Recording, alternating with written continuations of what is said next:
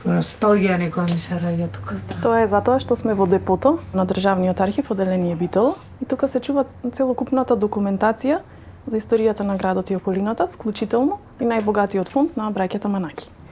Да?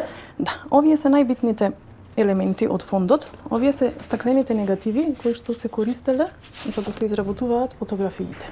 Тоа е портрет Милтон Манаки, само внимателно. Бидејќи бил свесен дека создава историја и ни оставил описи за сите над 6000 негативни стаклени плочи. Неразвиена плочка била премачкана од едната страна со емулзија слична на некаков гел, се ставала во фотоапаратот, се отварал објективот за да низ него влезе светлина и самата светлина испишувала форми на гелот, на емулзијата, се развивала во темна просторија и го добиваме овој продукт од кој потоа се прават хартиени копии. И како се прави од ова хартиена копија? Се ставала развиената плоча под разна химикалија и со преса оставала отпечаток на хартија, а денес користиме метода на скенирање, односно дигитализација, за да ги добиеме во многу подобар квалитет.